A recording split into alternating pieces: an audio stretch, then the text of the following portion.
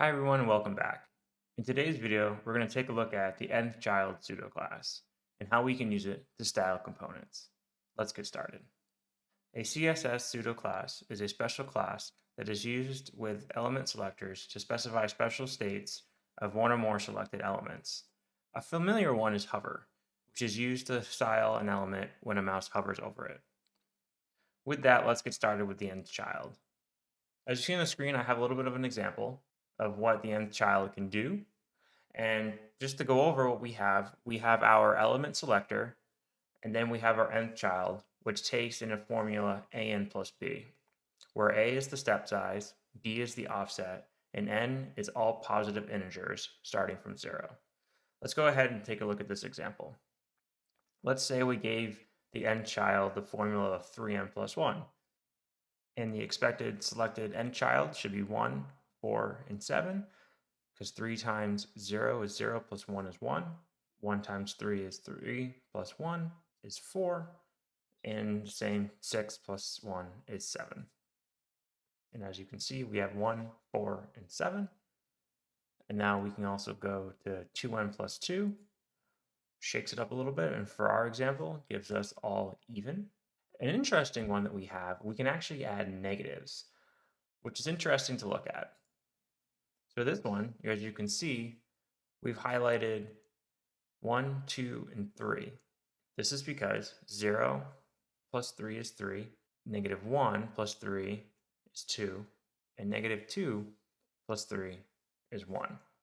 A nice thing about the Nth-Child is you're actually able to specify an actual element of the children you want to select. In our case, let's say we want to highlight the 4th element. We can then go Nth-Child and of number 4. And as you can see here, we're able to select the 4th child. Next, we're going to go ahead and use some of the built-ins, which is even and odd, which speak for themselves. Even will select the even, and odd will select the odd elements. So let's take a look. As you can see, we've selected 2, 4, and 6. And if we select odd, you'll see that we've selected 1, 3, 5, and 7. This is a quick overview. Let's see this in action as we try to style a table. Okay, so here we have a table from one of my previous videos, but with no styling. And as you can see, it's pretty bland. Let's go ahead and see how we actually can use the Nth-Child pseudo class to add some very basic styling. Okay, let's go ahead and add some styling for our header. How can we do this? We can do this by first selecting table, and then we want to find the first row, and then add styling to it. So let's go ahead and do that. So we're going to go table, tr, for table row. I'm going to go Nth-Child. And this time we just want to select the first. Let's go 1. And I'm going to paste over some quick styling. We're going to give it a save.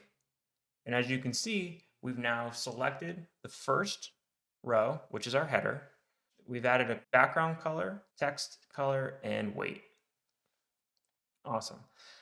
A lot of times when we look at tables, sometimes it's hard to always figure out what row you're on. We have a small table here, but sometimes it gets a little bit more complicated. So every once in a while, you want to have, say, alternating colors for the rows or shadings to allow our eyes to pick it up a little bit easier. So how can we do this?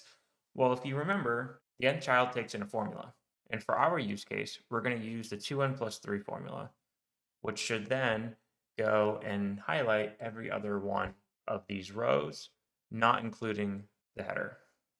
Let's go ahead again and go our table and our row, and we're going to go Nth-Child of 2n plus 3.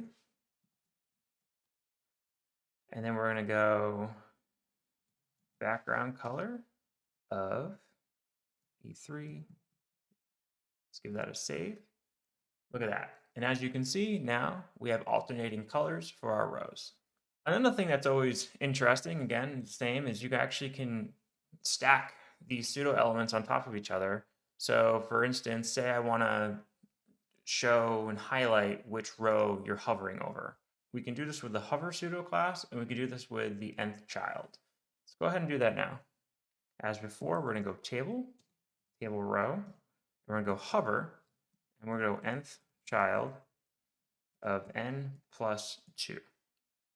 So what this is going to do, it's going to skip over the first row, and it's going to apply the hover styling to the rest of the rows in our table. And we're going to go cursor, a pointer, and we'll change the background color to BAEF5. Give that a save. Let's go over here and see how it works. Look at that. And as you can see, which row we're hovering over. Sweet. That's all I have for today. I hope you found this overview of the Nth-Child Pseudo element helpful. If you did, please make sure to like and subscribe. It truly helps my channel. Happy coding, and talk to you soon.